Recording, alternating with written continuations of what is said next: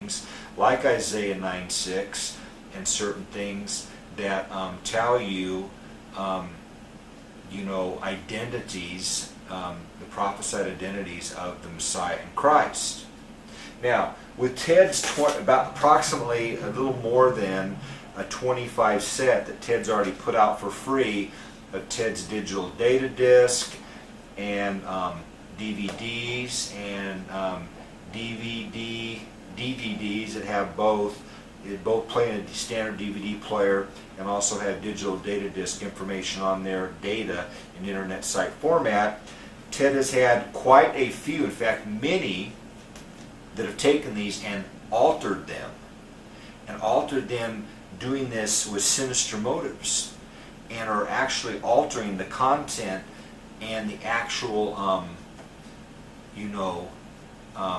messages and intent already, and it's only been a few years, and these are being copied and spread on propagated out on world Earth, and also all over the internet. There's identity theft of people representing their TED, actually representing these are TED when these are not TED. Okay. Therefore, what is this? This is called identity theft. Identity theft happens all the time, and with TED, identity theft is happening. Back when Ted was Jesus, identity theft happened all the time too, including with the Roman Empire, Caesars, the Roman Empire, the early Holy Roman Empire that was really into this with Jesus and the early Christians. Therefore, did terrible things to them in the Roman Colosseum.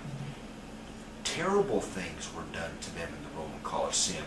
Terrible things were done. That should give you an indicator of the bent, how mean, how terrible, the atrocities committed, and you only have a tiny fraction of the truth on this. Now, we're trying to tell you that Caesar, that later became Secret Caesar, the Roman Empire that later became the Secret Roman Empire, the early, what they call the Holy Roman Empire, and Roman Catholic Church were really into this with Jesus. It was basically in your face, Jesus. We're not going to put your writings in. We're not going to even counterfeit something and make something up to put your writings in. It was forbidden. They were told not to do it. They're not to do it. They're going to just show nothing in scriptures that Jesus wrote and just say to people, he wrote nothing. Make him look lazy, make him look too relaxed, make him look like he didn't really go to the effort of writing, when then the disciples looked like they went through enormous efforts to write. Then we elevate Mary above Jesus, and in many Roman Catholic churches Ted visited to figure things out for himself. He saw Mary above Jesus. He saw Mary elevated all over the place and worshipped. Okay? Mary was worshipped above Jesus. And do you realize that other than Ted, the only living human that is competing directly against Ted, claiming to be holy and calling himself Holy Father, is the Pope, or popes? Do you get it? Do you understand that popes, human popes, telling people they're holy, like Ted is holy, like the one living God is supposed to be the only thing, and is the only thing, that is holy and or sacred and or divine, or any shape or form, any of this, holy or sacred or divine, or to be worshipped in the slightest. Ted is the only thing that is to be worshipped in the slightest. Therefore, do you think it's very possible that the early Roman Empire that did all these terrible things, that crucified Jesus and did all these terrible things to Jesus' writings and everything Jesus wrote, and the disciples, and also in Judaism at the time, from the temple leaders, and in Judaism, these were also doing these things to Jesus and the disciples. And then all the terrible things that happened in the Roman Colosseum, do you think they were like this with Christianity? Do you think they just accepted Christianity because they converted? Do you think elevating Mary above Jesus was done because they sincerely, devoutly thought this was supposed to be done? Do you think elevating all these saints and calling all these different things saints was done to honor Jesus and to protect Jesus' holiness and divinity and sacredness? Do you think calling things holy water was done to help Jesus? Do you think calling all these relics holy and or sacred was done to help Jesus Christ? No.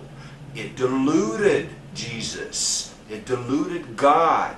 It diluted worshiping of Jesus and God, or God and Jesus. The one living God, who was also Jesus, who was also Ted, and there's quite a bit of confusion because of history and what we currently have in enormously tampered with scriptures and Bibles.